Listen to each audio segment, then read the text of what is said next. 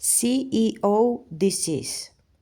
Speaking of reigning from atop a pedestal and wanting to be seen as perfect, you won't be surprised that it's often called CEO disease. Lee Iacocca had a bad case of it after his initial success as head of Chrysler Motors. Iacocca looked remarkably like our 4 years old with a fixed mindset.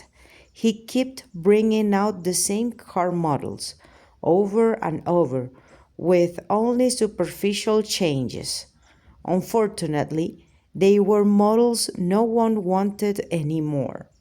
Meanwhile, Japanese companies were completely rethinking what cars should look like and how they should run. We now know we know how this turned out.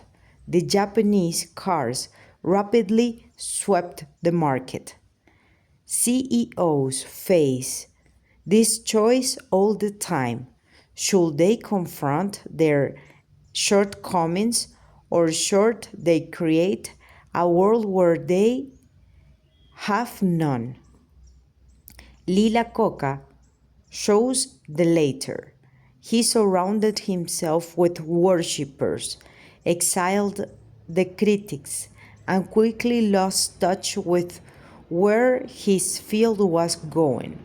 Lee Iacocca had become a non-learner, but not every catches CEO disease. Many great leaders confront their shortcomings on a regular basis. Darwin Smith, looking back on his extraordinary performance at Kimberly-Clark, declared, "I've never stopped trying to be qualified for the job." These men, like the Hong Kong student with the growth mindset, never stop talking the remedial course. CEOs face another dilemma. They can choose short-term strategies that boost the company's stock and make themselves look like heroes, or they can work for a long-term improvement, risking Wall Street's disapproval, and they lay the foundation for the health and growth of the company over the longer haul. Albert Dunlap, a self-professed fixed mindset, was brought into turn around Sunbeam. He chose the short-term strategy of looking like a hero to Wall Street. The stock soared, but the company fell apart.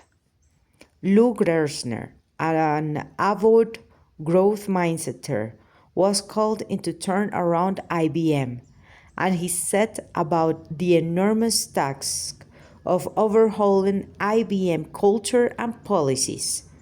Stock prices were stagnant, and Wall Street sneered. They called him a failure. A few years later, however, IBM was leading its field again.